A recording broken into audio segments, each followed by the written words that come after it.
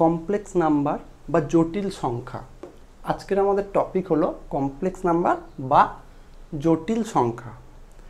জটিল সংখ্যা শুরুর আগে আমি একটা প্রবাদ বলি যে necessity is the mother of invention.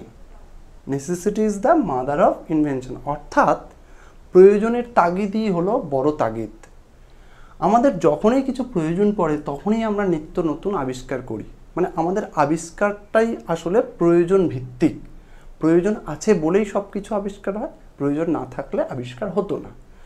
তা কমপ্লেক্স নাম্বারের আবিষ্কারটাও ঠিক তেমনই একটা ঘটনা। আমরা স্বাভাবিক সংখ্যা শিখেছি, পূর্ণ সংখ্যা শিখেছি, সবই প্রয়োজনের ভিত্তিতে একে একে এসেছে। ঠিক তেমনই ম্যাথমেটিশিয়ানরা একটা টাইম একটা ইকুয়েশন, কোন ইকুয়েশন, ধরো আমাদের এই ইকুয়েশনটা যদি দিত এক্স স্কোয়ার ইকুয়াল টু 4, আমরা খুব সহজেই এটাকে সমাধান করতে পারতাম। এক্স ইকুয়াল টু কী করতাম, প্লাস মাইনাস √4, বা এক্স ইকুয়ালস টু কী পেতাম, প্লাস মাইনাস 2, খুব সহজেই করে দিতে পারতাম। কিন্তু যদি আমার ইকুয়েশনটা এবার এইরকম হয়ে যায়, এক্স স্কোয়ার ইকুয়ালস টু -4, তাহলে কি করব? প্রবলেমটা এখান দিয়েই শুরু। এই জাতীয় ইকুয়েশনের সমাধান করতে গেলে আমরা এর পরের লাইনটায় কি করতাম, x equals to plus minus √-4 দিতাম। কিন্তু সমস্যাটা কোথায়? সমস্যাটা হচ্ছে রুটের ভিতরে -4, মানে এমন কোন সংখ্যা পাবো যার স্কোয়ার করলে ঋণাত্মক সংখ্যা হয়? পাবো না। বাস্তবে সেই রকম কোনো সংখ্যার অস্তিত্বই নেই যে এমন একটা সংখ্যা যার স্কোয়ার করলে নেগেটিভ আসে। আসলে আমরা তো বাস্তবে দেখি যে কোনো সংখ্যার স্কোয়ার করলে কি হয়, পজিটিভ হয়। যেমন -1 এর স্কোয়ার করলাম +1, বা ধরো -2 এর স্কোয়ার করলাম, সেটা +4ই হয়ে যাচ্ছে। এরা সবাই কি পজিটিভ সংখ্যা হয়ে যাচ্ছে, তাই না? তাহলে বাস্তবে এমন কোনো সংখ্যা আমাদের হাতে নেই যার স্কোয়ার কিন্তু একটা পজিটিভ সংখ্যা। তাহলে এই ইকুয়েশনের সমাধান করব কি করে আমরা? এই যে নতুন ধরনের সংখ্যার সাথে পরিচয় হচ্ছে আমার, যে √4, বা ধরো আমার ইকুয়েশনটা এইরকম হলো, x square is equals two -3, বা এক্স ইকুয়ালস টু √3। এই যে সংখ্যাগুলোর সাথে পরিচয় আমার ঘটছে, এগুলো তাহলে কি সংখ্যা? এইগুলোই হচ্ছে আমাদের কাল্পনিক সংখ্যা বা ইমাজিনারি নাম্বার। কি বললাম? কাল্পনিক সংখ্যা বা ইমাজিনারি নাম্বার। সংখ্যাগুলো কেমন? সংখ্যাগুলো হচ্ছে, দেখো, একটা ঋণাত্মক সংখ্যার রুট করছে, মানে বর্গমূল করছে। ঋণাত্মক সংখ্যা সমূহের বর্গমূল, যাদেরকে আমরা কি বলছি, ইমাজিনারি নাম্বার বা কাল্পনিক সংখ্যা। তাহলে কি বললাম, ইমাজিনারি নাম্বারটা কি? ইমাজিনারি নাম্বার এটা কি? বা কাল্পনিক সংখ্যাটা কি? কাল্পনিক সংখ্যা এটা কি? এটা হচ্ছে ঋণাত্মক সংখ্যার বর্গমূলকেই আমরা বলবো কাল্পনিক সংখ্যা। কাকে? ঋণাত্মক সংখ্যার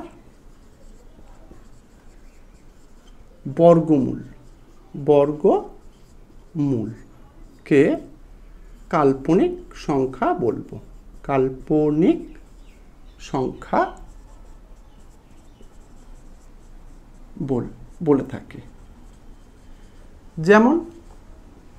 যেমন ধরো আমার √3 বা √-2 এই সবগুলো, বা √-4, এগুলো সবাই হচ্ছে আমার ইমাজিনারি নাম্বার বা কাল্পনিক সংখ্যা। এখন প্রথমে এই জিনিসগুলো করতে গিয়ে রাশিয়ান ম্যাথমেটিশিয়ান অয়েলার প্রথম এই ঋণাত্মক সংখ্যাসমূহের বর্গমূল করতে গিয়ে একটা চিহ্নের ইন্ট্রোডিউশন করলেন। চিহ্নটা কি? ইংরাজিতে আমি এটাকে আই বলি, কিন্তু এটা আসলে গ্রিক লেটার আয়োটা। কি এটা? গ্রিক অক্ষর, যাকে কি বলা হয়? আয়োটা। কি বললাম আমরা? আয়োটা, গ্রিক অক্ষর আয়োটা। এটার অর্থ উনি কীভাবে বোঝালেন যে আই ইজ ইকুয়াল টু আমরা ধরবো বা আয়োটা ইজ ইকুয়াল টু ধরবো -1। কে বললেন? অয়লার।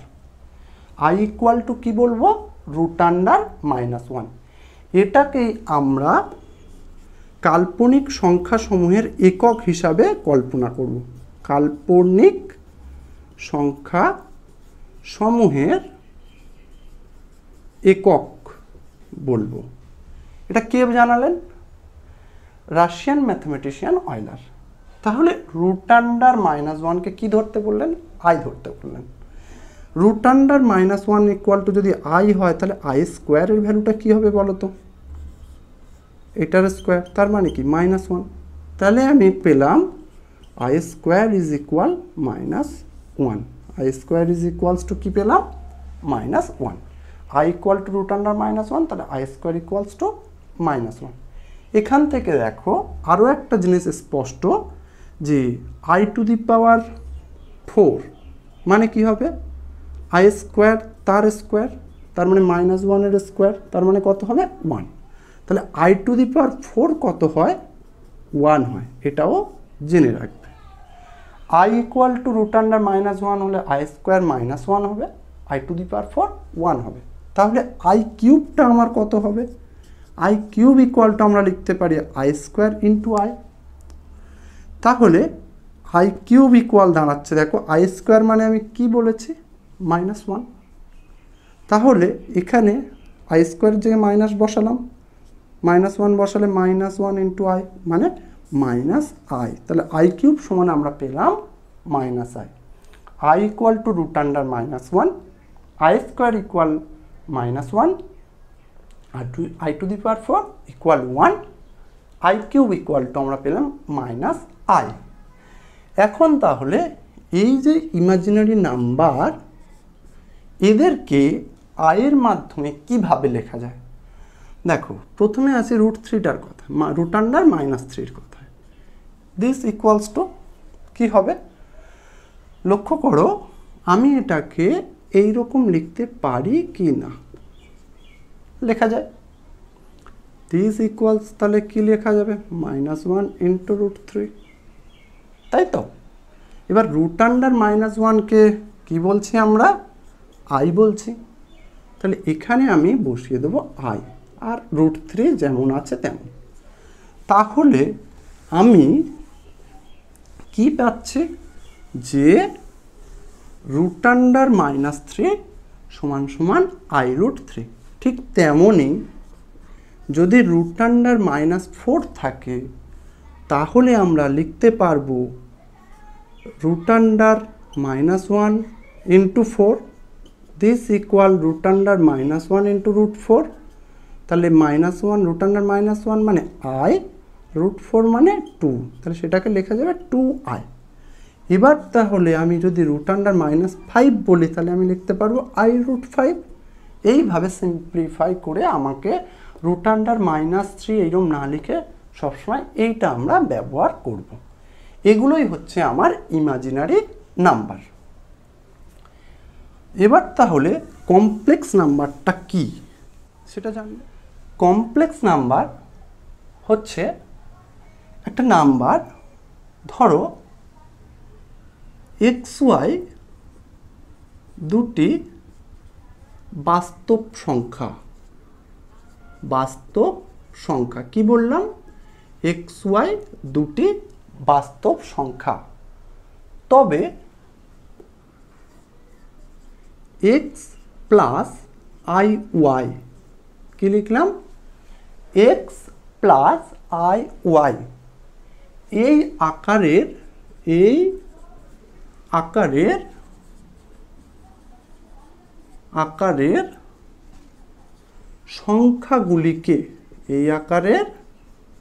সংখ্যাগুলিকে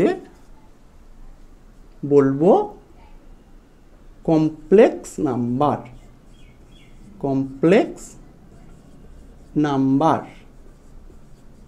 কি বললাম? যদি xy দুটি বাস্তব সংখ্যা হয়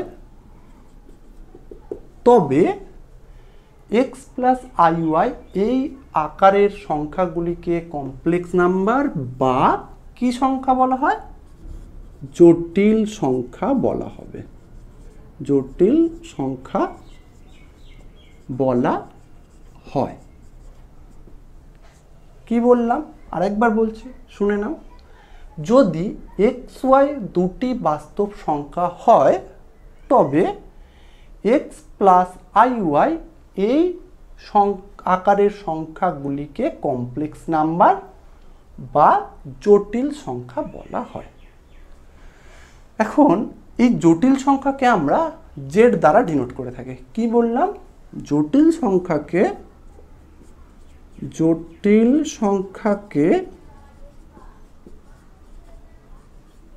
জেড দ্বারা সূচিত করা হয়। জেড দ্বারা সূচিত করা হয়। কি বললাম? জটিল সংখ্যাকে জেড দ্বারা সূচিত করা হয়, অর্থাৎ জেড ইজ ইকুয়াল টু আমরা কি লিখবো তাহলে? X plus i y. কি বললাম? X plus i y. Z is equals to কি? X plus i y. এখন তাহলে যেটা পেলাম যে কোনো জটিল সংখ্যা আমার সর্বদা এই আকারে আসবে। এখানে এই যে এক্স আর ওয়াই এটা একটা আলাদা আলাদা পরিচয় আছে। কীরকম? দেখো, এক্স যেটা আছে, যেখানে এক্সটাকে বলা হবে রিয়েল পার্ট অফ জেড, আর এটাকে ডিনোট করব কিভাবে? আর e of z, real z. এক্সটাকে আমরা কি বলবো? রিয়েল পার্ট অফ জেড, এবং সেটাকে ডিনোট করব কিভাবে? আর ই জেড দিয়ে। একইভাবে ওয়াইটাকে বলা হবে ইমাজিনারি পার্ট অফ জেড, এটাকে ডিনোট করব কিভাবে? আই এম জেড দ্বারা। তাহলে এক্সটার পরিচয় হচ্ছে রিয়েল জেড, অর্থাৎ জেডের বাস্তব অংশ। জেডের বাস্তব অংশ হচ্ছে এক্স, রিয়েল মানে হচ্ছে বাস্তব অংশ, বাস্তব অংশ। আর ওয়াইটা হচ্ছে জেডের অবাস্তব অংশ, অর্থাৎ কাল্পনিক অংশ, কাল্পনিক অংশ। এখন ধরো, যদি এক্স এর মানটা 0 হয় তাহলে জেড ইজ ইকুয়ালস টু কি হবে? যদি এক্স ইকুয়াল 0 হয়, মানে এক্স এর জায়গায় যদি আমি 0 লিখি, তাহলে z equal to 0 plus i y, this equal i y. তাহলে এখানে দেখো শুধু আই যুক্ত রাশি আছে। এবার আই যুক্ত রাশিকে আমরা কি বলি? কাল্পনিক সংখ্যা বলে থাকি, একটু আগেই বলেছি, ইমাজিনারি নাম্বার। তখন এই জটিল সংখ্যা জেডটাকে আমরা বলবো purely imaginary, purely imaginary, purely imaginary. তোমরা, আমি ইংলিশের টার্মগুলো বলছি, এগুলো কিন্তু হায়ার লেভেলে গেলে তোমাদের সুবিধা হবে, সেই জন্য ইংলিশের টার্মগুলো শেখো, কিন্তু বাংলাতেই সমস্ত অঙ্কগুলো করা হবে। আচ্ছা, এবার তাহলে এক্স ইকুয়াল টু 0 হলে এটাকে আমরা বলছি পিওরলি ইমাজিনারি নাম্বার। যদি ওয়াই 0 হয় তাহলে জেড ইকুয়াল টু কী হবে বলো? ওয়াই যদি 0 হয়, এখানে ওয়াইটাকে যদি 0 পুট করি, তাহলে এক্স প্লাস আই ইন্টু 0, ওয়াইয়ের স্থলে 0 বসিয়েছি, তাহলে কি পাবো? আই ইন্টু 0 মানে 0, তাহলে শুধু এক্স। এবার এক্সটা কী সংখ্যা ছিল? এক্সটা ছিল রিয়েল পার্ট অফ জেড, মানে বাস্তব সংখ্যা। এক্সের জেডের বাস্তব অংশ, মানে এক্সটা ছিল একটা বাস্তব সংখ্যা। আর এমনিতে এক্স ওয়াই দুটোই বাস্তব ছিল। মেন সমস্যা কী করতো? আইটাই হচ্ছে আমার ইমাজিনারি নাম্বার। তাহলে ওয়াই যদি 0 হয় জেড ইজ ইকুয়ালস টু দাঁড়িয়ে যাচ্ছে এক্স। এবার এক্সটা একেবারে বিশুদ্ধ বাস্তব সংখ্যা, তাই এটাকে আমরা বলবো পিওরলি রিয়েল নাম্বার। ক্লিয়ার? এবার তাহলে দেখো যে আমার এক্সের ভ্যালু 0 হওয়ার জন্য জটিল সংখ্যাটাকে আমরা পিওরলি ইমাজিনারি বলছি, আর ওয়াইয়ের ভ্যালু 0 হওয়ার জন্য জটিল সংখ্যা জেডকে পিওরলি রিয়েল নাম্বার বলছি। এবার তাহলে দেখো ইমাজিনারি নাম্বারকেও আমি জটিল সংখ্যার মাধ্যমে প্রকাশ করছি, আবার রিয়েল নাম্বারটাকেও কিন্তু জটিল সংখ্যার আকারে প্রকাশ করা যায়। দেখো লক্ষ্য করো, এটা তো ইমাজিনারি নাম্বার, এটাকেও জটিল সংখ্যা মানে এক্স প্লাস আই ওয়াই মানে 0 প্লাস আই ওয়াই আকারে প্রকাশ করছে, আবার রিয়েল নাম্বারটাকেও জটিল সংখ্যার আকারে প্রকাশ করা যায়। তাহলে আমরা বলতে পারি সমস্ত রিয়েল নাম্বারই কিন্তু কমপ্লেক্স নাম্বারের অন্তর্গত, কিন্তু সব কমপ্লেক্স নাম্বারকে আমরা রিয়েল নাম্বার বলতে পারি না। কেন? ধরো আমি যদি বলি 2 + 3i, তাহলে এটা তো একটা কমপ্লেক্স নাম্বার, এটা তো আর রিয়েল নাম্বার নয়, মানে বাস্তব সংখ্যা নয়।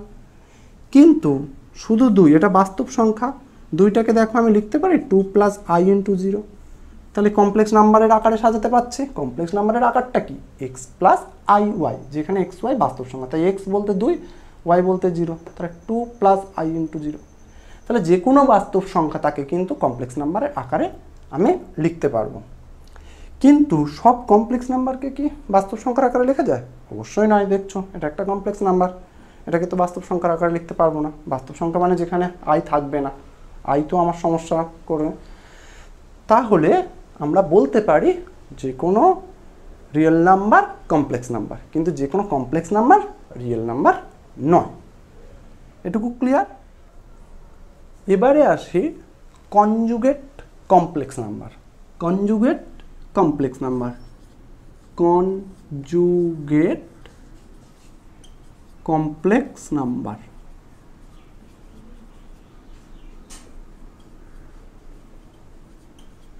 বা কনজুগেট কমপ্লেক্স নাম্বারকে আমরা কি বলি?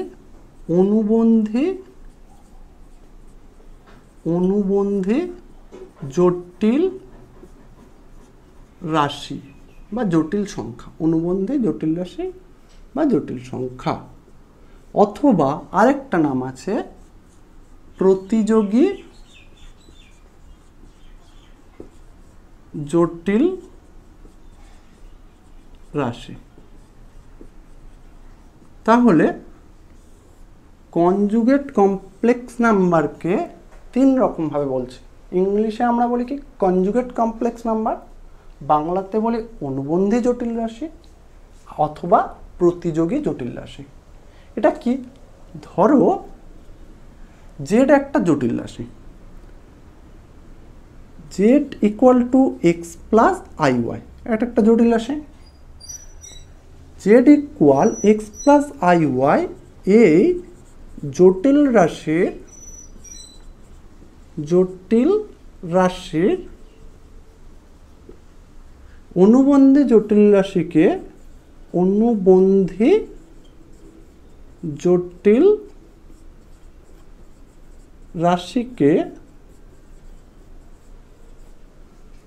z = x + iy এই জটিল রাশির অনুবন্ধী জটিল রাশিকে z বার, এই দাগটা দিয়ে কি বলবো? z বার দ্বারা সূচিত করা হয়। এবং z bar is equal to কি হবে? z বার ইজ ইকুয়ালস হবে এই যে যেটা থাকবে x + iy, এখানে যে সাইনটা থাকবে, এই যে সাইনটা থাকবে সেই সাইনটা চেঞ্জ করে দিতে হবে, মানে প্লাস থাকলে মাইনাস, মাইনাস থাকলে প্লাস। তাহলে z বার কি হবে? প্লাস আছে, তাহলে এটা হয়ে যাবে -iy। z bar is equals two x - iy। কি বললাম? z = x + iy এই জটিল রাশির অনুবন্ধী জটিল রাশিকে কি দ্বারা ডিনোট করব? z বার। আর সেটাকে ডিফাইন করব কিভাবে? z bar is equal x - iy। একটা এক্সাম্পল, দেখো যদি Z is equal two 2 plus 3i হয় তাহলে জেড বারটা কী হবে আমার 2 মাইনাস 3i। পরিষ্কার।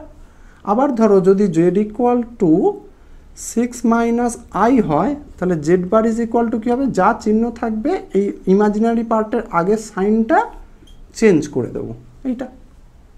ক্লিয়ার? চল এবার এই অনুবন্ধী জটিল রাশির কিছু প্রপার্টি আছে, প্রপার্টিগুলো কি কি দেখে নিই। প্রপার্টি,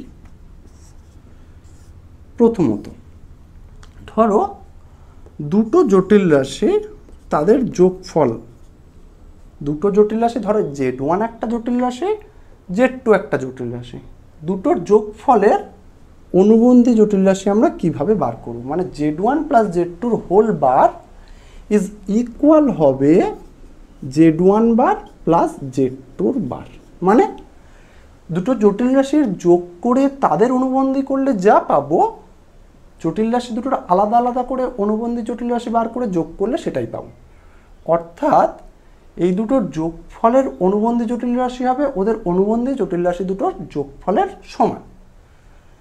মানে তোমাকে যদি দুটো জটিল রাশির যোগফল বার করতে বলে, যোগফলের অনুবন্ধীটা বার করতে বলে, তখন আমি আলাদা আলাদা করে অনুবন্ধী করে যোগ করব। উদাহরণ যেমন ধরো আমাকে বলল 2 প্লাস 3i যোগ 6 মাইনাস i, এদের অনুবন্ধীটা কী হবে, তখন আমি কি করব 2 প্লাস 3i তার অনুবন্ধী প্লাস 6 মাইনাস i তার অনুবন্ধী। এবার এটার অনুবন্ধী কী হবে 2 মাইনাস 3i, আর এটার অনুবন্ধী হবে 6 প্লাস i। শেষে কী করব 2 আর 6 8 মাইনাস 3i প্লাস i মানে মাইনাস 2i। এটাই হলো অ্যান্সার। ক্লিয়ার? তাহলে এটা একটা আমার প্রপার্টি। সেম ঘটনা যদি মাইনাস থাকে, Z1 minus Z2 whole bar is equal to লেখা যাবে Z1 bar minus Z2 bar. Same process বিয়োগের জন্য। আচ্ছা এবার আসি গুণের ক্ষেত্রে। গুণের ক্ষেত্রেও same, Z1 into Z2 whole bar is equal Z1 bar into Z2 bar, Z1 bar into Z2 bar. কেমন?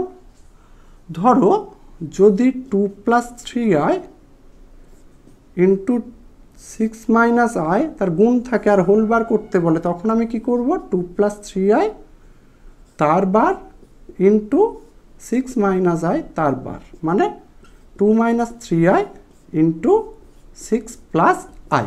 মাইনাস ছিল প্লাস, প্লাস ছিল মাইনাস। এবার এই দুটোকে তোমরা গুণ করবে, করলে যেটা আসে সেটা অ্যান্সার। আচ্ছা আর একটা নিয়ম হচ্ছে ভাগের জন্য।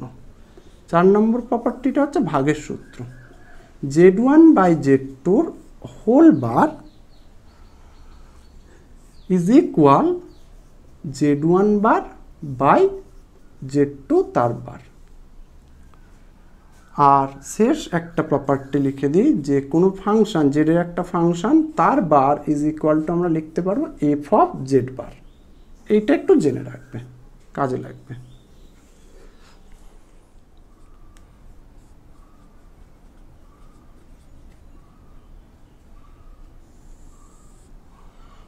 Modulus of complex number.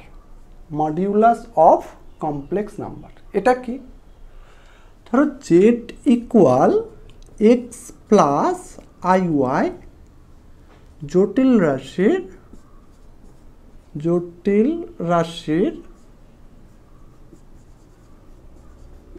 মডিউলাসকে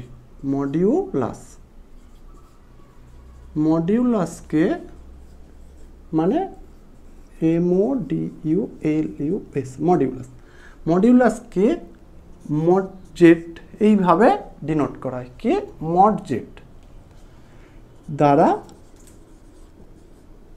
সূচিত করা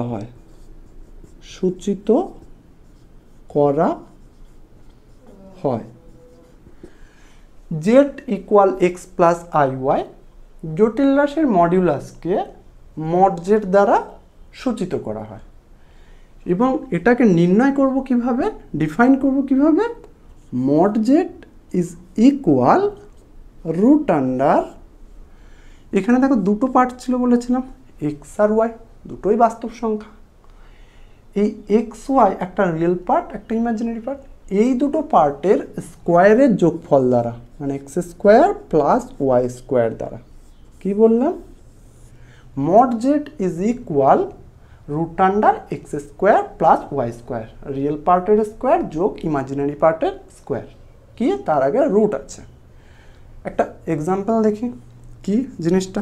ধরো জেড ইকুয়াল টু 2 + 3i, তাহলে মড জেডটা কি হবে, মড জেড হবে রুট দেব কি কি সংখ্যা আছে, 2 আর 3, তাহলে 2 এর স্কোয়ার যোগ 3 এর স্কোয়ার, তাহলে সেটা কত হলো, 4 + 9 মানে রুট আন্ডার 13। এটাই হচ্ছে আমার মড জেডের মান।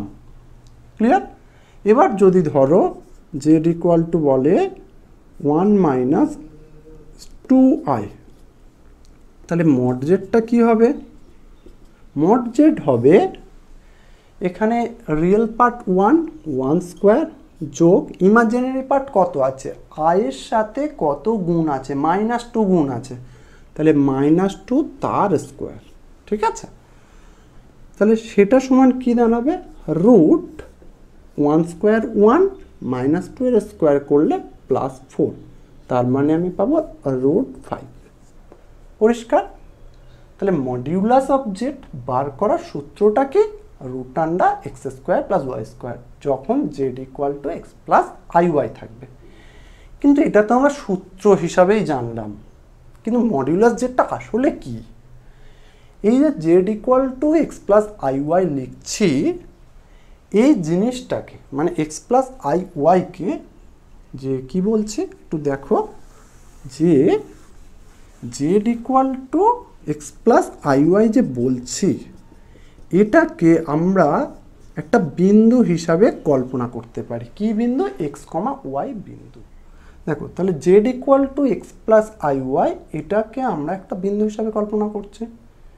তাহলে সেটা বিন্দু হিসাবে কল্পনা করলে আমরা নিশ্চয়ই একটা প্লেন আছে যেখানে এক্স অক্ষ ওয়াই অক্ষ সবই থাকবে। এই যে আমি এটা টেনেছি কোঅর্ডিনেট সিস্টেমে, এই এক্স অ্যাক্সিসটাকে বলা হবে বাস্তব অক্ষ। বাস্তব অক্ষ, যেহেতু এক্স এর মানগুলো এখানে বাস্তব, তাই ওটাকে বলবো বাস্তব অক্ষ। আর ওয়াইটা কার কি পার্ট থাকে, ইমাজিনারি পার্ট, তাই ওয়াই অ্যাক্সিসটাকে বলা হবে কাল্পনিক অক্ষ। কাল্পনিক অক্ষ বা ইমাজিনারি অ্যাক্সিস। আর বাস্তব অক্ষটাকে কি বলবো, রিয়েল অ্যাক্সিস। এখন এক্স ওয়াই একটা বিন্দু, ধরে নাও এক্স ওয়াই বিন্দুটা এই জায়গাতে আছে, পি এক্স ওয়াই। তাহলে ওই বিন্দুটার মানে এই পি বিন্দুটার মূলবিন্দু আর এই পি বিন্দু যোগ করলে আমি একটা রেখা পাবো।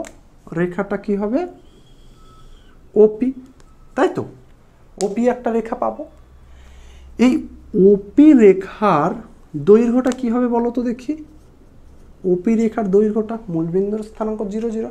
তাহলে আমরা জিওমেট্রিতে শিখেছি ওপির দৈর্ঘ্য বার করা কিভাবে, ভুজ দুটির অন্তর তার স্কোয়ার মানে x - 0 তার হোল স্কোয়ার প্লাস কোটি দুটির অন্তর তার স্কোয়ার, দিস ইকুয়ালস টু পাচ্ছে কি, এটা x square plus y square. দেখো ওপি রেখার দৈর্ঘ্যটা কি হলো, root under x square plus y square.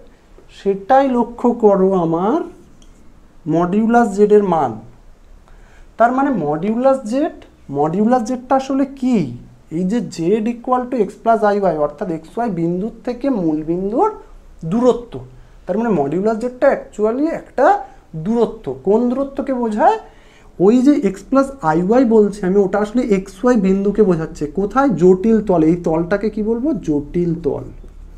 জটিল তল, জটিল তল। এটা তো একটা প্লেন, প্লেনটাকে অক্ষগুলো 4টে অংশে ভাগ করেছে, মানে 4টে পাদে, প্রথম পাদ, দ্বিতীয় পাদ, তৃতীয় পাদ, চতুর্থ পাদ।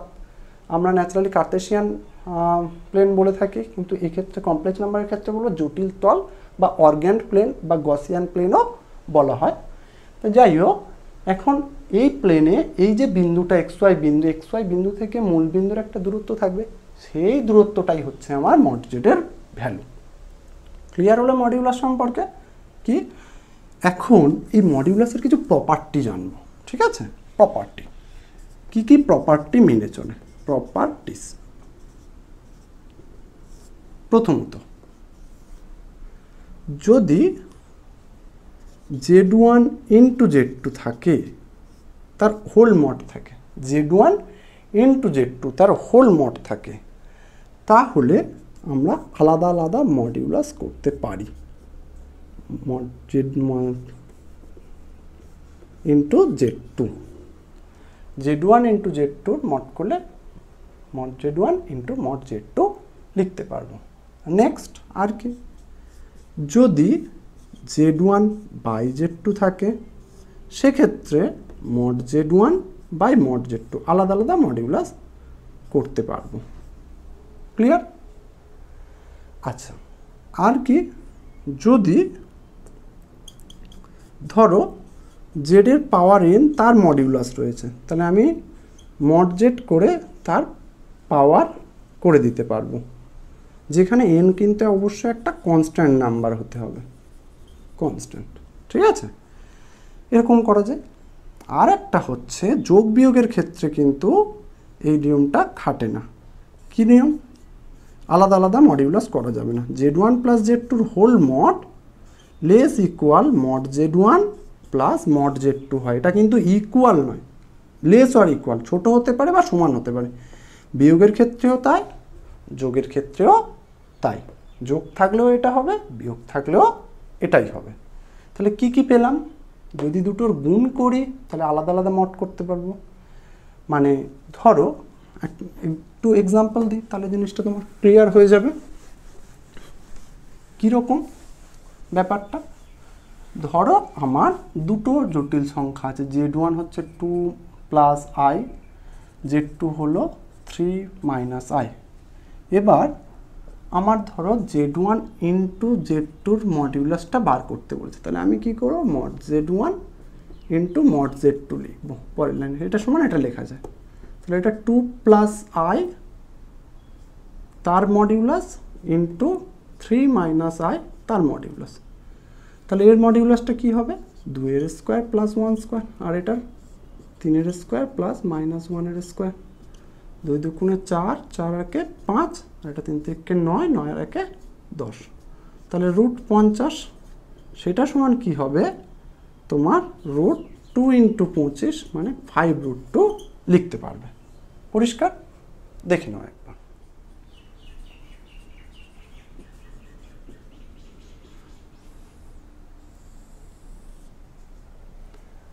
এবারে আমরা আর্গুমেন্ট অবজেক্ট বা অ্যামপ্লিটিউড অবজেক্ট সম্পর্কে জানব।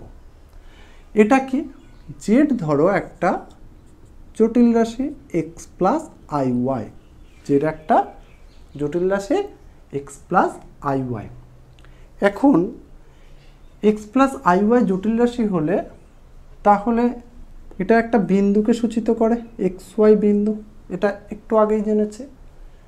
আমি যদি কমপ্লেক্স প্লেনটা অঙ্কন করি তাহলে কি পাচ্ছি? এক্স অ্যাক্সিস এটা, ওয়াই ড্যাশ এটা ও। তাহলে পি বিন্দুটা আমার ধরো এখানে আছে, পি এক্স ওয়াই। এখন এই ও বিন্দু আর পি বিন্দু যোগ করলে আমরা ওপি রেখাটা পাই। এবার ওপি রেখা এক্স অ্যাক্সিসের পজিটিভ ডিরেকশনে যে অ্যাঙ্গেলটা তৈরি করে সেটাকেই আমরা আর্গুমেন্ট জেড বলে থাকি, যেটাকে এইভাবে চিহ্নিত করা হয়। কি বললাম? যে ধরো z equal to x plus iy একটি জটিল রাশি, একটি জটিল রাশি, একটি জটিল রাশি। তবে জেড জটিল রাশির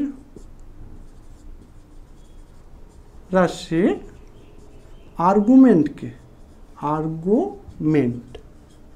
বা এটাকে কি বলি, অ্যামপ্লিটিউড। জেড জটিল রাশির আর্গুমেন্টকে এ আর জি জেড দ্বারা চিহ্নিত করা হয়, এ আর জি জেড দ্বারা চিহ্নিত করা হয়।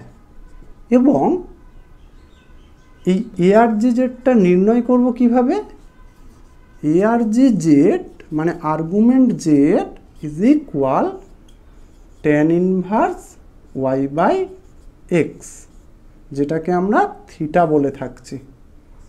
একটা অ্যাঙ্গেল, আর্গুমেন্ট জেড আসলে কি, এটা একটা অ্যাঙ্গেল।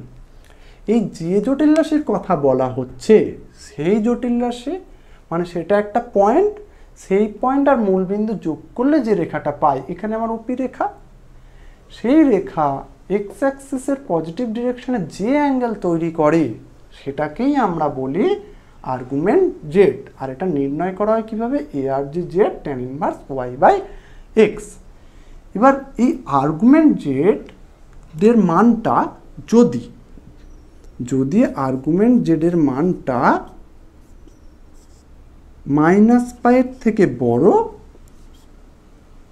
আর প্লাস পায়ের থেকে ছোট বা তার সমান এর মধ্যে থাকে, তখন এই আর্গুমেন্টটাকে বলবো জেড জটিল রাশির মুখ্য আর্গুমেন্ট বা প্রিন্সিপাল আর্গুমেন্ট। জেড জটিল রাশির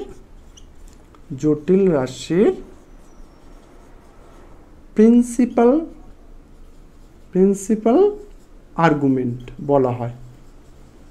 যদি আর্গুমেন্টের মানটা এই রেঞ্জের মধ্যে থাকে, মাইনাস পায়ের থেকে বড় কিন্তু সমান নয়, আর প্লাস পায়ের সমান বা তার থেকে যদি ছোট হয়, তাহলে ওই আর্গুমেন্টটাকে আমরা জেড জটিল রাশির প্রিন্সিপাল আর্গুমেন্ট বলি। আমাদেরকে এখানে অঙ্কেতে জটিল রাশিগুলোর যে আর্গুমেন্ট নির্ণয় করতে হবে সেগুলো সবাই হচ্ছে প্রিন্সিপাল আর্গুমেন্ট। এই প্রিন্সিপাল আর্গুমেন্ট বার করার বিভিন্ন সূত্র রয়েছে। কীরকম, যদি বিন্দুটা প্রথম পাদে থাকে তখন একরকম সূত্র আর্গুমেন্ট বার করার, যদি দ্বিতীয় পাদে থাকে বিন্দুটা তখন আর এক রকম সূত্র, যদি তৃতীয় পাদে থাকে তখন আর এক রকম সূত্র, আবার চতুর্থ পাদে থাকলে আর এক রকম। তা সেই সূত্রগুলো কী কী সেগুলো এবার আমরা জানব। এটা সিম্পলি জটিল রাশির আর্গুমেন্ট বলতে কি সেটা আমরা জানলাম। এটা আসলে কি আর্গুমেন্ট আর কিছুই না, এটা একটা কোণের মান। কোণ এটা এই যে বিন্দুটার কথা বলা হচ্ছে সেই বিন্দুটা এবং মূল বিন্দু যোগ করলে যে রেখাটা পাই, সেই রেখাটা এক্স অ্যাক্সিসের পজিটিভ ডিরেকশনে যে অ্যাঙ্গেল তৈরি করবে সেই অ্যাঙ্গেলটাকেই আমরা বলবো আর্গুমেন্ট জেড। এখন তোমরা হয়তো ভাবছো tan inverse y by x, এটা আবার কি? tan ইনভার্স ওয়াই বাই এক্সের মানটা কী করে বার করবো? খুব সিম্পল ব্যাপার।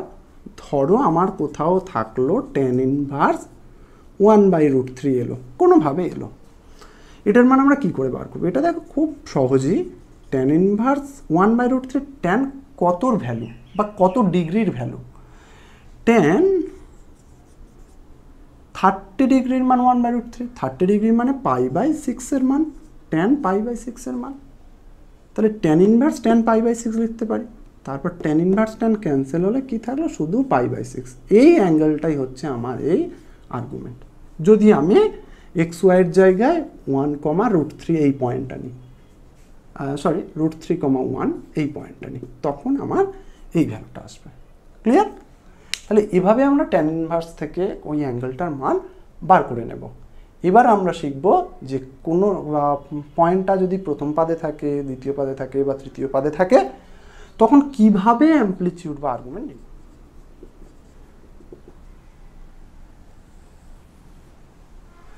এবার আমরা আর্গুমেন্ট জেড বা অ্যামপ্লিটিউড জেড কিভাবে নির্ণয় করব। দেখো, z equal x plus i y equal to x y, একটা বিন্দুটি যদি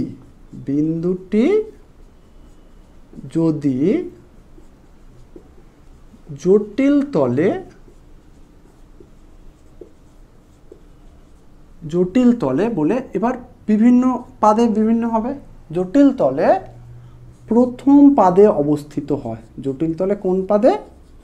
প্রথম পাদে অবস্থিত হলে, প্রথম পাদে যদি অবস্থিত হয় সেক্ষেত্রে আর্গুমেন্ট জেড ইজ ইকুয়াল হবে, আর্গুমেন্ট জেড ইজ ইকুয়াল হবে tan ইনভার্স মড দেব ওয়াই বাই এক্স। এখানে সবসময় পজিটিভ মানটা নেব, যদিও প্রথম পাদে দুটোই পজিটিভ তাই মড দেওয়াও যা না দেওয়াও তাই, তবু আমি লিখলাম কেন, কারণ প্রতিটা সূত্রে মড আছে, তার সাথে যাতে না গুলিয়ে যায় তাই সবসময় মডটা ইউজ করে যাবে, সেই জন্য দিলাম। এইখানটায় মডটা দেওয়াও যা না দেওয়া তাই, কেন, কারণ প্রথম পাদে এক্সের মানও পজিটিভ পাবো, ওয়াইয়ের মানও পজিটিভই পাবো। অর্থাৎ কি বললাম এখানটায়, ধরো এই আমার জটিল তল x, x dash y, y dash, এটা ও, বিন্দুটা কোথায় আছে, এক্স ওয়াই বিন্দুটা যদি এই প্রথম পাদে থাকে, এই জায়গাটায় থাকে পি এক্স ওয়াই, তাহলে তখন আমার আর্গুমেন্ট বার করব কিভাবে, এইটাই হচ্ছে আমার আর্গুমেন্টের মান, আর্গুমেন্ট জেড, এই অ্যাঙ্গেলটাই হচ্ছে আমার আর্গুমেন্ট জেড, যেটাকে আমরা থিটা বলে থাকি কখনো কখনো। ক্লিয়ার? তাহলে এটা হলো প্রথম পাদে অবস্থিত হলে। যদি দ্বিতীয় পাদে অবস্থিত হয়, বিন্দুটা কোথায় এবার, দ্বিতীয় পাদে অবস্থিত হলে, দ্বিতীয় পাদে অবস্থিত হলে আর্গুমেন্ট জেডের মান কি হবে? দেখো দ্বিতীয় পাদ মানে কোথায় আছে, একটু ছবিটা এঁকে দেখায়, x, x dash y, y dash, তার মানে বিন্দুটা এবার এইখানে আছে দ্বিতীয় পাদ। দ্বিতীয় পাদে যদি অবস্থিত হয় সেক্ষেত্রে দেখো এটা এই পর্যন্ত আসলে পাই হয়, পায়ের থেকে ছোট, সেক্ষেত্রে এর আর্গুমেন্টটা বার করার সূত্র হলো argument z is equal pi minus tan inverse mod y by x. এবার কিন্তু মডটা আমার প্রয়োজন হবেই হবে, কারণ দ্বিতীয় পাদে এক্সের ভ্যালু নেগেটিভ আছে, তাহলে যখন এখানে নেগেটিভ বসাবো মড তোলার সময় পজিটিভ করে নেবো সংখ্যাগুলোকে। ক্লিয়ার?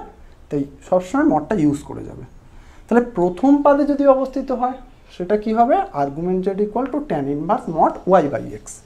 আর দ্বিতীয় পাদে বিন্দুটা থাকলে তখন কি হবে, argument z is equal pi minus tan inverse y by x. Pi minus মানে পায়ের থেকে যদি যেহেতু ছোট এই অ্যাঙ্গেলটা, এই অ্যাঙ্গেলটা, এই অ্যাঙ্গেলটা হচ্ছে আমার আর্গুমেন্ট জেডের মান।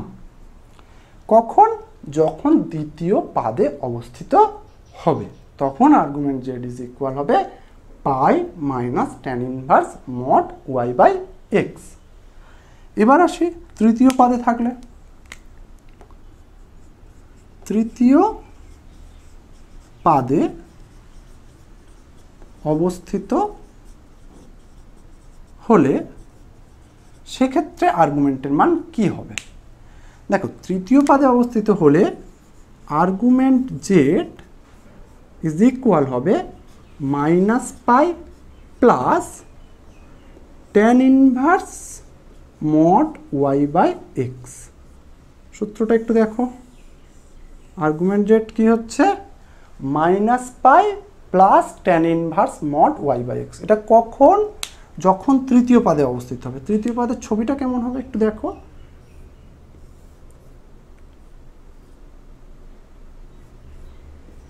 X, x dash y, y dash আঁকলাম।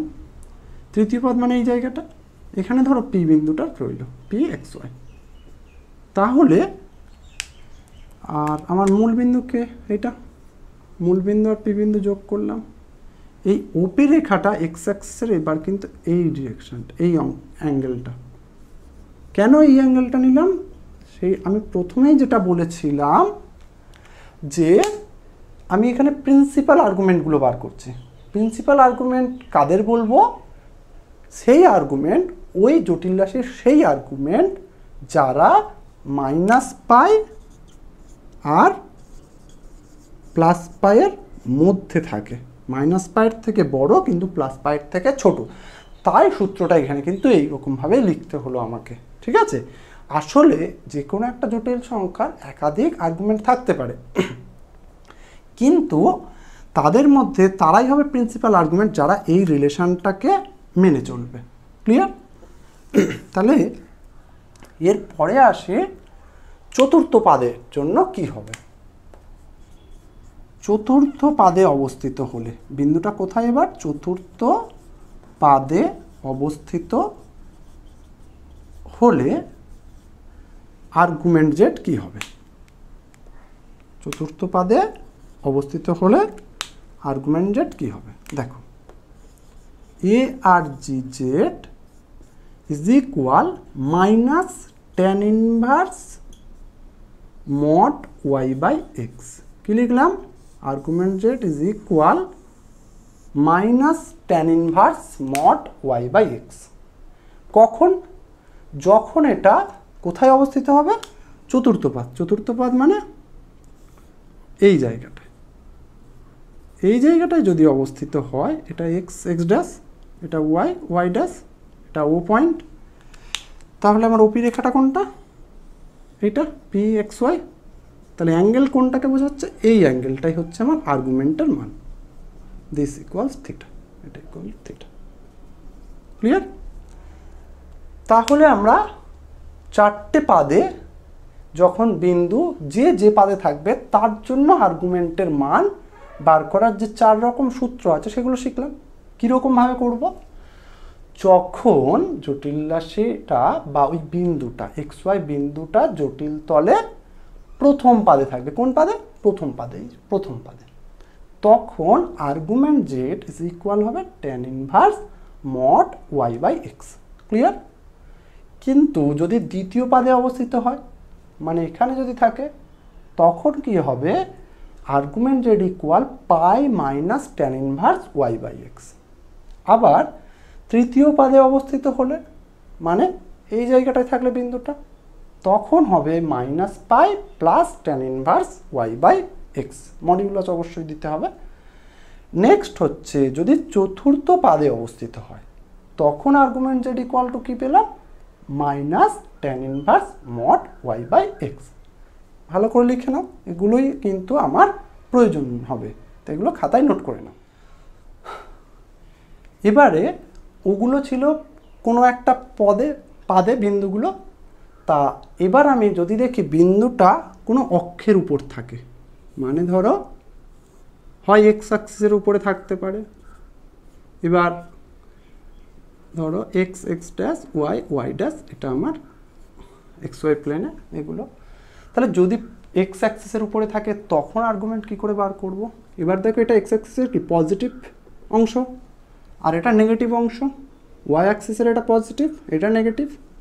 তাহলে বিভিন্ন জায়গায় যদি পয়েন্টগুলো থাকে তখন আমি কি করে বার করব? মানে এবার 4 নম্বর, বিন্দুটা যদি এক্স অক্ষের বা ধনাত্মক এক্স অক্ষের উপরে থাকে, ধনাত্মক এক্স অক্ষের উপর থাকলে আর্গুমেন্ট জেডের মানটা কি হবে? এ আর জি জেডের মানটা কি হবে?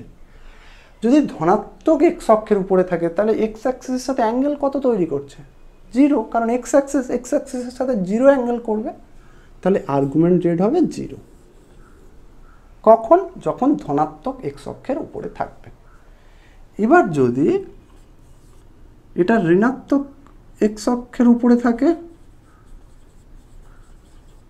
এক্স অক্ষের উপর থাকে, তবে আর্গুমেন্ট জেডের মানটা কি হবে? ঋণাত্মক এক্স অক্ষ মানে পয়েন্টটা এই জায়গাটায় যদি থাকে তখন কি হবে? এখানটায় থাকলে এ r g Z equal to কী লিখব? 0। এখানে থাকলে কি লিখব? এখানে দেখো অ্যাঙ্গেলটা কত তৈরি হচ্ছে? পাই। তাহলে এইখানে কিন্তু আর্গুমেন্ট জেড ইজ ইকুয়াল পাই হবে। ক্লিয়ার? এবার যদি ধনাত্মক ওয়াই অক্ষের উপর থাকে তবে আর্গুমেন্ট জেড ইকুয়াল টু কী লিখব? কি বলছে, ধনাত্মক ওয়াই অক্ষের উপর, ধনাত্মক ওয়াই অক্ষ মানে ওয়াই অক্ষের উপরের দিকটা, এই জায়গাটা এখানে থাকলে তখন আর্গুমেন্ট জেড ইজ ইকুয়াল কি লিখব, দেখো এখান থেকে ওয়াই অক্ষ পর্যন্ত অ্যাঙ্গেল কত, π/2, তাহলে আর্গুমেন্ট জেডের মানটা হবে π/2, আর্গুমেন্ট জেড ইকুয়াল টু কি লিখব, π/2। ঋণাত্মক ওয়াই অক্ষের উপরে থাকে, সেক্ষেত্রে আর্গুমেন্ট জেড ইজ ইকুয়াল হবে ঋণাত্মক ওয়াই অক্ষ মানে এইটা, তাহলে এখান থেকে এই অ্যাঙ্গেলটা কত হচ্ছে, -π/2, তাহলে এখানে হবে -π/2 সমান, কখন, যখন ঋণাত্মক ওয়াই অক্ষের উপরে থাকবে। এখানে এক্স অক্ষ ওয়াই অক্ষ না বলে তুমি বাস্তব অক্ষ বলতে পারো। ধনাত্মক বাস্তব অক্ষের ধনাত্মক দিকে থাকলে বা ধনাত্মক বাস্তব অক্ষের উপরে থাকলে তখন আর্গুমেন্ট জেড 0, ঋণাত্মক বাস্তব অক্ষের উপরে থাকলে আর্গুমেন্ট জেড ইকুয়াল টু পাই হবে। আর যদি ধনাত্মক, এটা কাল্পনিক অক্ষ বলতে পারো, কাল্পনিক অক্ষের উপরে থাকে তখন আর্গুমেন্ট জেড হবে π/2, আর ঋণাত্মক কাল্পনিক অক্ষের উপরে থাকলে আর্গুমেন্ট জেড ইকুয়াল টু -π/2। এই 8টা সূত্র আমাদেরকে মুখস্থ রাখতে হবে। এর আগে 4টে শিখেছি, 4টে পাদের জন্য 4টে সূত্র শিখেছে, আর এবারে 4টে মানে অক্ষের 4টে অংশের জন্য 4টে সূত্র রয়েছে, কার, আর্গুমেন্ট জেড নির্ণয়ের বা অ্যামপ্লিটিউড জেড নির্ণয়ের। এই 4টে সূত্র আমাদেরকে একেবারে কণ্ঠস্থ করে রাখতে হবে, যাতে করে আমরা কোনো কমপ্লেক্স নাম্বারের কিভাবে আর্গুমেন্ট নির্ণয় করব সেটা পারি। এবার আমরা একটা উদাহরণ দিয়ে বুঝবো যে কি করে আমরা ওই কমপ্লেক্স নাম্বারের আর্গুমেন্টটা বার করি, ঠিক আছে। এবার একটা আর্গুমেন্ট নির্ণয়ের এক্সাম্পল দেখো, ধরো জেড ইকুয়াল 1 প্লাস i√3 বা 1 মাইনাস i√3 লিখছে, এর আর্গুমেন্ট নির্ণয় করো, এইটা ধরো দিল। আমরা কিভাবে আর্গুমেন্টটা নির্ণয় করব, প্রথমে কি করবে তুমি, প্রথমে প্রদত্ত বলে z is equal 1 minus i√3 বলতে কোন বিন্দুকে বোঝাচ্ছে, 1, -√3 এই বিন্দুটাকে বোঝাচ্ছে। হ্যাঁ, প্রথমে দেখতে হবে এই বিন্দুটা কোন পাদে আছে, কোন পাদে, বিন্দুটি জটিল তলে কোন পাদে আছে, x এর মান প্লাস y এর মান মাইনাস, তাহলে এটা চতুর্থ পাদে অবস্থিত।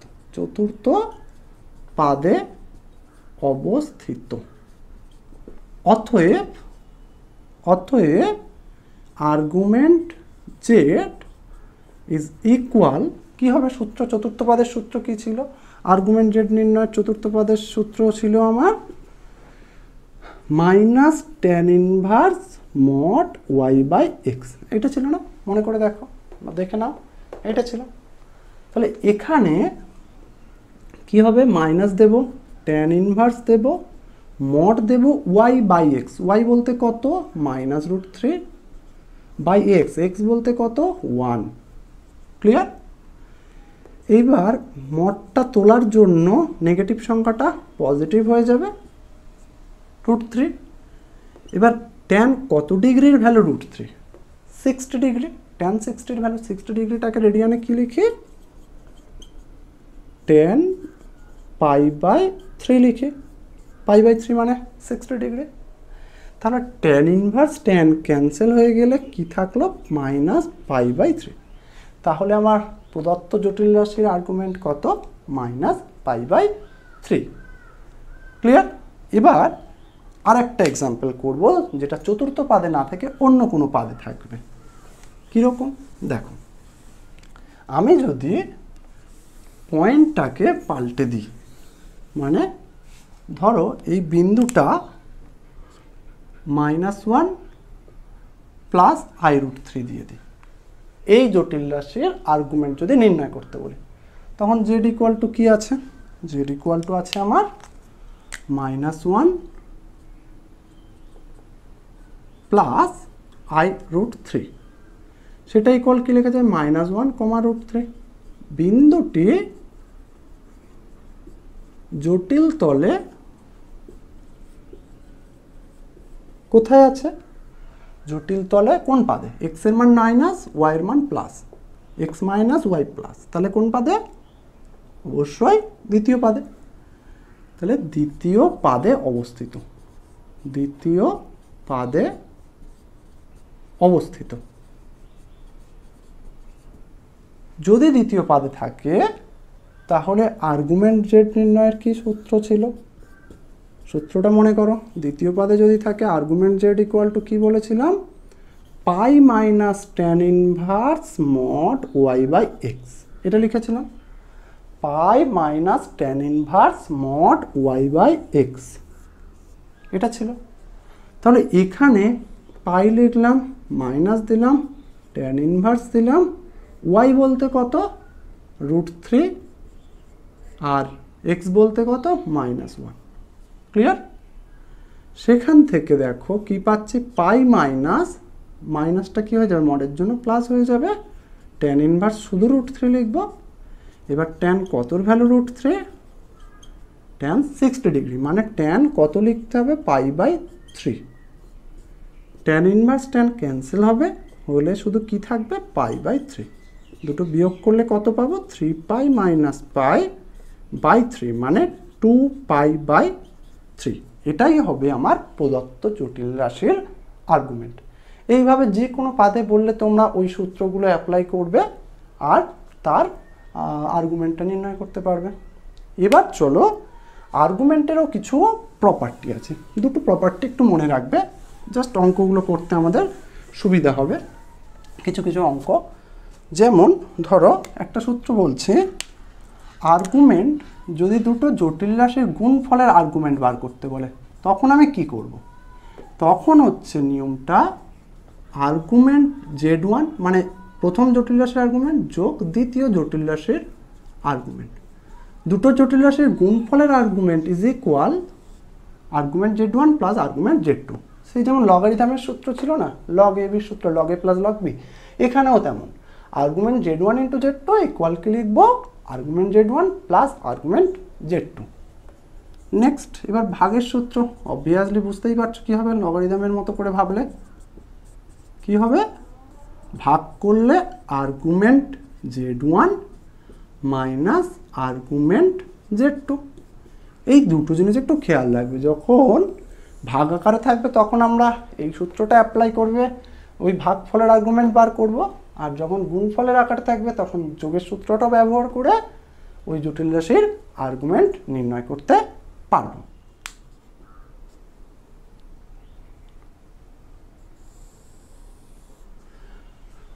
দেখো, জেড জটিল রাশির মডিউলাস অ্যামপ্লিটিউড আকার, এটা কি? মডিউলাস অ্যামপ্লিটিউড আকারটা কি? দেখো, জেড ধরো z equals to x plus i y, একটা জটিল রাশি, এর একটি জটিল রাশি, এটা কি? একটা জটিল রাশি। তাহলে এর মডিউলাস থাকবে। মডিউলাসটাকে তাহলে মড জেডটাকে আমরা যদি ধরি, মড জেড মানে কি? √x² প্লাস y², এটাকে আমরা আর ধরছি। কি ধরছি? আর। মড জেডটাকে কি ধরছে? আর ধরছে। এবং amplitude z, amp z is equal to theta ধরিলাম। অ্যামপ্লিটিউড জেডটা থিটা ধরলাম, আর মড জেডটা কি ধরলাম? আর ধরলাম। বলছে তাহলে এর জেড জটিল রাশির মডিউলাস অ্যামপ্লিটিউড আকারটা কি? তবে জেড জটিল রাশির modulus amplitude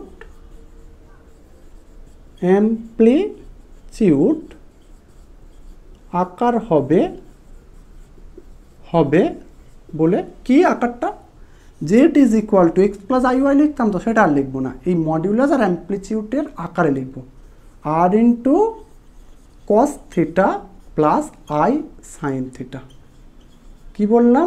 Z equals r into cos theta plus i sine theta, r into cos theta plus i sine theta. কার? জেড জটিল রাশির মডিউলাস অ্যামপ্লিটিউড আকার। ভালো করে মনে রাখবে, এটা জেড জটিল রাশির মডিউলাস অ্যামপ্লিটিউড আকার হলো r into cos theta plus i sine theta, যেখানে আর হচ্ছে মডিউলাস অফ জেড আর থিটা হচ্ছে আর্গুমেন্ট অফ জেড। এটা কিছুই নয়, এটা হচ্ছে এক্স প্লাস আই ওয়াই এই আকারটাকে চেঞ্জ করে এইভাবে লেখা। এইভাবে লিখলে এটাকে মডিউলাস অ্যামপ্লিটিউড আকার কেন বলছি, কারণ দেখো এই আকার থেকে আমরা দুটো জিনিস জানতে পারি। এক হলো আর মানে ওর মডিউলাস আর থিটা মানে হলো অ্যামপ্লিটিউড। তাহলে এই আকারে লিখলে আমি ওর থেকে ওই জটিল রাশির মডিউলাসের মানও জানতে পারি, আবার আর্গুমেন্টের মানও জানতে পারি, বা অ্যামপ্লিটিউডের মান। সেই জন্য এই আকারটাকে বলা হয় মডিউলাস অ্যামপ্লিটিউড আকার। এবার আমি একটা এক্সাম্পল দিয়ে দেখাই যে কিভাবে আমরা এর মডিউলাস অ্যামপ্লিটিউড আকার বার করব। দেখো একটা প্রশ্ন কীরকম, Z equal to -1 minus i√3 জটিল রাশিকে মডিউলাস অ্যামপ্লিটিউড আকারে প্রকাশ করো। যেটা এক্ষুনি শেখালাম যে মডিউলাস অ্যামপ্লিটিউড আকারে কিভাবে প্রকাশ করব, সেটা অনেক সময় জানতে চায়। তা এইটা করার সময় আমাদেরকে কি বলেছে, মডিউলাস অ্যামপ্লিটিউড আকারে প্রকাশ। মডিউলাস অ্যামপ্লিটিউড আকারটা কি, z is equal to r cos theta plus i sine theta. তাই এই আকারটাই আমার আনতে গেলে দুটো জিনিস লাগে। কি কি লাগে জটিল রাশিটার, আর মানে ছিল কি মডিউলাস, আর থিটা মানে ছিল অ্যামপ্লিটিউড। তাহলে এই দুটো আগে আমাকে বার করে নিতে হবে। সেই জন্য আমি কি করব, তাহলে অঙ্কটা শুরু করি। কি বলছে যে Z is equals -1 minus i√3। প্রথমে কি লাগবে, আর লাগবে। আর মানে কি মড জেড। তাহলে অতএব মড জেড ইজ ইকুয়াল কি হবে, root under x square plus y square. X বলতে কত এখানে -1 তার স্কোয়ার, প্লাস ওয়াই বলতে কত -√3 তার স্কোয়ার। তাহলে সেটা কত হচ্ছে, সমান সমান -1 মানে 1 আর প্লাস √3 স্কোয়ার করলে শুধু 3, তার মানে √4 মানে কত পেলাম 2। আচ্ছা, আর জেড ইকুয়াল টু ছিল কি -1 মাইনাস i√3, তার মানে কি দেখো Z is equal -1 minus i√3 equal to কোন বিন্দু, -1 -√3। বিন্দুটি কোন পাদে আছে, বিন্দুটি জটিল তলে দেখো কোন পাদে, দুটোই নেগেটিভ। তাহলে কোন পাদে, তৃতীয় পাদে অবস্থিত। তৃতীয় পাদে অবস্থিত।